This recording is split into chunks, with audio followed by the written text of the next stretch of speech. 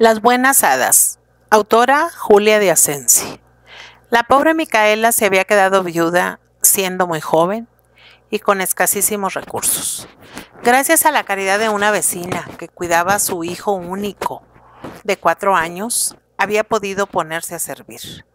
Pero aquella excelente mujer había muerto poco después, y la viuda se vio obligada a llevarse a su niño, perdiendo por esto la colocación que tenía. Allá, en una pequeña aldea donde había nacido, vivían algunos parientes suyos, los unos ricos pero ávaros, los otros en tan triste situación como ella. A fuerza de economías, había reunido lo necesario para pagar el viaje y se puso en camino con su hijito del que no se quería separar. Pocos se acordaban en el pueblo de la viuda y la recibieron con desvío o con frialdad. Ella tenía a su Félix para consolarse, porque el muchacho era dócil y bueno y adoraba a su madre.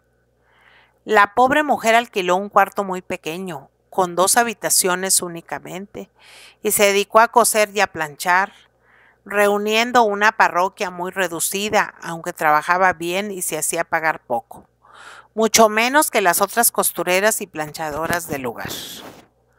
Había arreglado pronto su casa, porque no tenía apenas muebles, pero estos eran limpios y no de mal gusto, por lo que Félix no pudo darse cuenta al principio de los sacrificios que la madre se imponía para que el niño no viviese peor que los demás de su clase.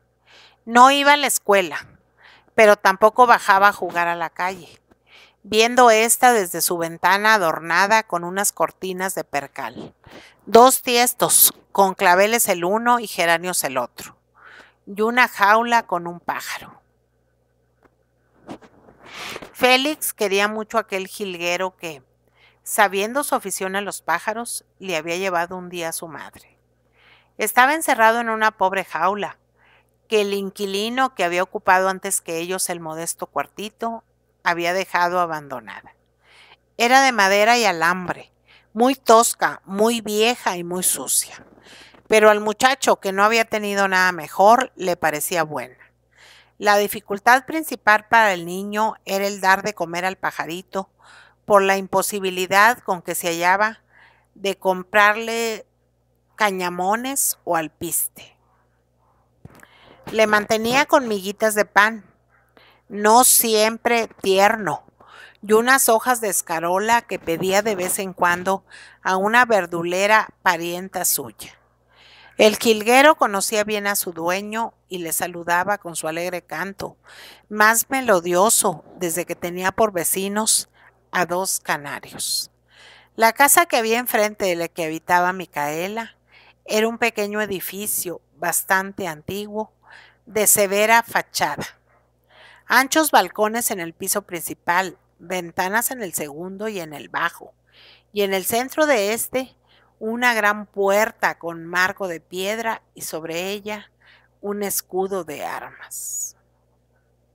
Durante mucho tiempo aquella casa había permanecido cerrada, y desde hacía pocos días la ocupaba una ilustre señora, viuda de un duque y madre de 2 niñas. Los canarios pertenecían a estas. Apenas sí conocían en el pueblo a la madre y a las hijas. Las creían altivas y dichosas en su soledad, poco dispuestas a procurar el bien de aquellas gentes, que casi en total dependían de ellas, ya porque las casas que ocupaban fuesen propiedad suya, o porque tuviesen arrendadas tierras que les pertenecían de igual modo. Félix estaba muchas veces asomado a la única ventana de su casa, pero en cuanto veía en los balcones de enfrente a alguna de las niñas, su natural timidez le obligaba a ocultarse.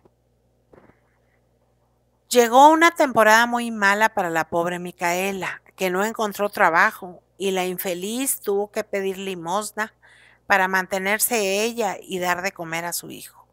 Hubo un día en que no tuvieron más que un pedazo de pan.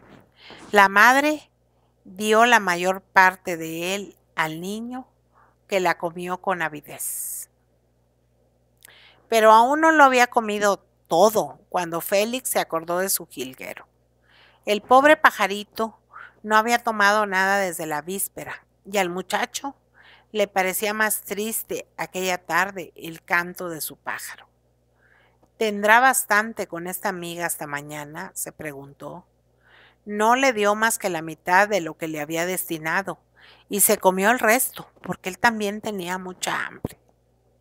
A la mañana siguiente llevó Micaela un pedazo de pan todavía más pequeño, y la lucha que sostuvo Félix para dar a su jilguero una parte de lo que él debía comerse fue todavía mayor.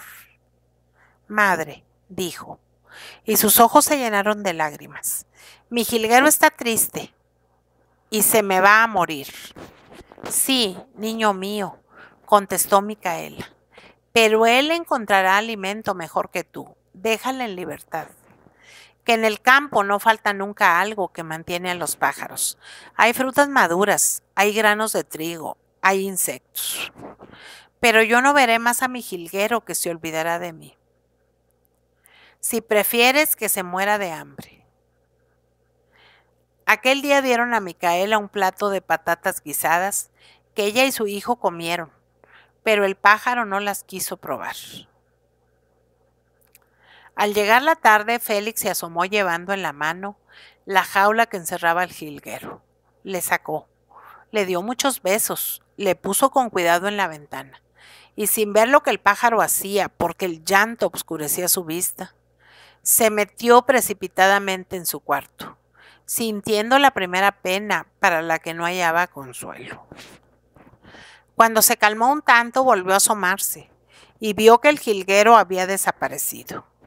Ya habrá comido algo, murmuró, al menos él no se morirá de hambre. Los tiempos malos seguían, y en balde buscaba a Micaela una colocación. Ella se contentaba con poco.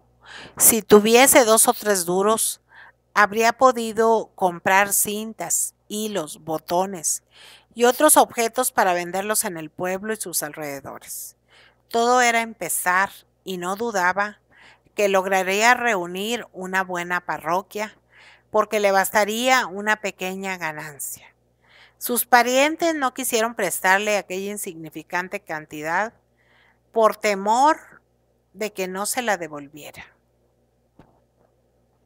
Una mañana, al levantarse Félix, vio que por debajo de la puerta de su casa habían echado un pliego encerrado en un sobre. Se lo llevó a su madre, que sacó de él un papel color de rosa. ¿Qué pone ahí?, preguntó el niño. Y Micaela leyó lo siguiente: las hadas Esmeralda y Turquesa, más conocidas por las buenas hadas, queriendo dejar un recuerdo a los niños de este pueblo de su paso por él, les ruegan que escriban lo que desean antes del 1 de junio y depositen sus peticiones en el hueco del tronco de la encina que hay a la entrada del campo. El 6 del mes citado recibirán la contestación. No se admitirá ningún pliego que vaya sin firmar. Madre, madre, exclamó el niño con júbilo, escribe por mí, puesto que yo no sé, y pon al pie de lo escrito mi nombre. Pero, hijo, ¿tú crees que esto es verdad?, preguntó Micaela. Sí, sí lo es, escribe. Pero si no tengo papel ni tinta, no importa. En el mismo pliego de las hadas, escribe con lápiz. La viuda, riendo al ver la alegría de su hijo, se dispuso a escribir, y él le dictó estas palabras: señoras hadas, muy agradecido a sus bondades, les pido que den a mi madre, a la que tanto quiero, 5 duros, o aunque sea menos, para comprar algunas cosas que necesita para venderlas por los pueblos, pues somos muy pobres y hay días en que apenas tenemos que comer. Les pido además que me devuelvan mi jilguero, al que también quiero mucho. Que no desoigan estos ruegos, le suplica Félix Martínez. Ahora, madre, dijo el niño, dame la carta y la llevaré sin perder tiempo. Y echó a correr sin descansar hasta que llegó al campo. Allí, a la entrada, Estaba la encina con un profundo hueco en su tronco, en el que no habían puesto nada todavía. Félix dejó su petición y se alejó lleno de esperanzas. Pocos días después, las buenas hadas contestaron del mismo modo que habían escrito antes, citando a los niños del pueblo en el jardín de casa de la duquesa, que se extendía por detrás del edificio. La hora señalada eran las 8 de la noche. Apenas sonó la primera campanada en el reloj de la iglesia, se abrió la puerta del jardín, y por ella penetraron los niños, y no pocos hombres y mujeres, entre estas Micaela. Ni un solo muchacho había dejado de acudir. Guiados por un criado de la señora, llegaron a una gran plazoleta, en cuyo centro había una mesa y 2 sillones. Farolitos y vasos de colores perfectamente combinados iluminaban aquel pasaje en el que se veían árboles frondosos, perfumadas flores y cristalinas fuentes. Allá a lo lejos se oía una música dulcísima, y poco después se presentaron varios criados seguidos de las hadas. Eran muy bellas, de corta estatura, con hermosos cabellos adornados con ricas diademas de oro cubiertas de pedrería. Llevaba en el centro la una gran esmeralda y la otra una enorme turquesa. Sus vestidos largos estaban bordados de plata y un finísimo velo de tul les caía hasta los pies calzados con preciosos zapatos. Las dos, con majestuoso ademán, tomaron asiento y los criados fueron colocando en la mesa, en bandejas cubiertas, los lotes que ellas iban pidiendo. Había de todo: la muñeca soñada por una niña pobre, el caballo de cartón que deseaba un pequeñuelo, el vestido de seda para otra muchacha, los dulces para un goloso, las armas para un futuro militar. Ellos lo recibían con gritos de admiración y de alegría que parecían divertir mucho a las hadas. El lote de Félix fue el último. El hada turquesa entregó al niño un billete de banco y el hada esmeralda el jilguero encerrado en una jaula bonita y elegante. Sí, era el mismo, no cabía duda. Le hubiera conocido entre 1000. Félix, agradecido, se arrodilló a los pies de las hadas y besó con entusiasmo sus delicadas manos. Micaela lloraba al ver colmados sus deseos con una cantidad mucho mayor que la pedida por su hijo. Después del reparto, los muchachos fueron obsequiados con dulces y con vino, saliendo todos muy satisfechos del jardín. A la mañana siguiente, los niños creían haber soñado. En particular, Félix, que veía a su madre contenta y oía cantar a su jilguero. Micaela comprendió que el pájaro, al volar, se había parado en la casa de enfrente junto a las jaulas de los 2 canarios y que se había dejado coger con facilidad. Pero Félix no lo quería creer y no hubo medio de que viera que las buenas hadas pudieran ser sus vecinas, las hijas de la duquesa. Estas partieron enseguida de allí y no regresaron al pueblo. Todos los años, el 1 de junio, fueron los niños a echar sus cartas en el hueco del tronco de la encina, pero no volvieron a recibir los preciosos dones del hada turquesa y del hada esmeralda.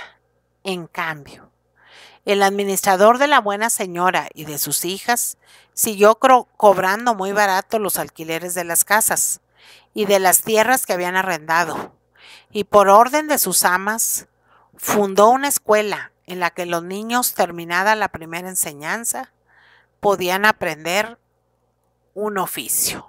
Félix, uno de los más aplicados, logró al cabo de algunos años ser el sostén de su madre, pagando de este modo el cariño y los desvelos que la pobre viuda había tenido siempre para él.